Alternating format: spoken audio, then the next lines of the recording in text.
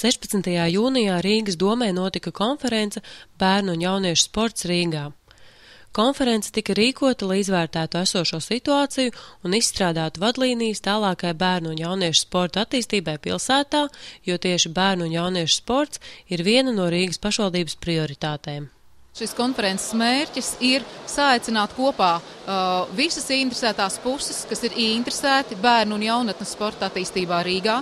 Tas ir gan valsts institūcijas, gan pašvaldības institūcijas, sporta klubus, biedrības nodibinājums, privātos investors, visi tie, kuri vēlas iesaistīties bērnu un jauniešu sportā un palīdzēt risināt šos jautājumus tagad grūtajos ekonomiskajos laikos. Pasākuma laikā sporta speciālisti iesaistījās vairākās darba grupās, lai analizētu esošo situāciju bērnu un jauniešu sporta jomā, kā arī iezīmētu nākotnes sporta attīstības vīzijas par pašvaldības, valsts un nevalstisko organizāciju sadarbības iespējām Rīgas sporta infrastruktūras attīstībā.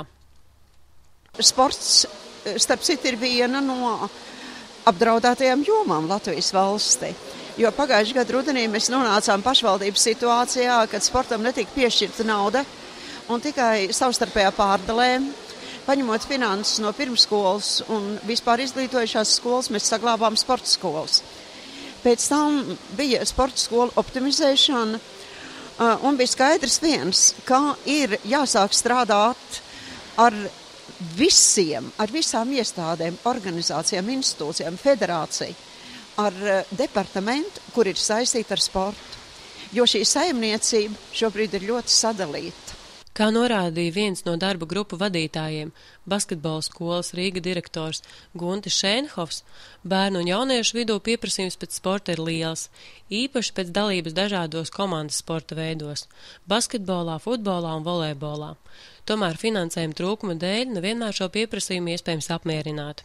Man ir patīkami konstatēt, ka neskatoties uz ļoti lielu piedāvājumu izklaides jomā, tomēr pēc sporta ir ļoti liels pieprasījums. Ārkārtīgi liels no jauniešu puses, un tas ir ļoti patīkami, bet, diemžēl, ir jautājuma otrā puse.